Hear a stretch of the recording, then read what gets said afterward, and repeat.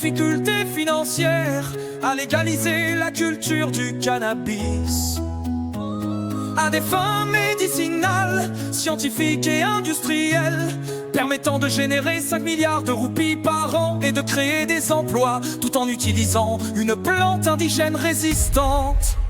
Le gouvernement assure que cette décision est strictement réglementée, avec un taux de THC limité à 0,3%.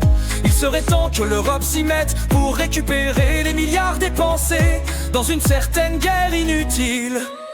Une attaque terroriste a eu lieu en Nouvelle-Orléans aux États-Unis. Le FBI a confirmé qu'un ancien militaire américain ayant prêté allégeance à l'État islamique a foncé dans la foule avec un pick-up, tuant 15 personnes avant d'être abattu.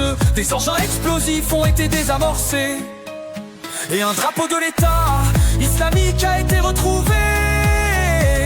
L'attaque survenue dans le quartier français lors des célébrations du Nouvel An a été qualifiée de violence atroce par les autorités.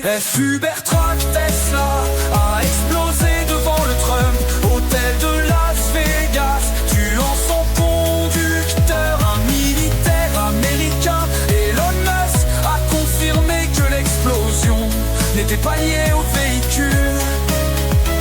7 personnes ont été blessées, mais les dégâts ont été limités grâce à la structure du véhicule. Le FBI privilégie un événement isolé, sans lien confirmé avec l'attaque mortelle survenue le même jour à la Nouvelle-Orléans. Le FBI a saisi un record de 150 bombes artisanales dans une ferme en Virginie, la plus grande découverte de ce type dans son histoire. Le suspect utilisait des photos de Joe Biden comme cible pour le tir et possédait un carnet de recettes d'explosifs. L'un d'eux était stocké dans un congélateur à côté de nourriture, étiqueté ne pas toucher. Inculpé pour possession illégale d'armes, il risque 10 ans de prison, malgré la défense de ses avocats, le qualifiant de bon père de famille. Environ 200 empreintes de dinosaures datant de 166 millions d'années ont été mises au jour dans une carrière de l'Oxfordshire au Royaume-Uni, décrite comme une des plus grandes découvertes du genre. Elle inclut des traces de sauropodes et de mégalosaures, certaines s'étendant sur 150 mètres. Ces vestiges ont été préservés grâce à des dépôts sédimentaires.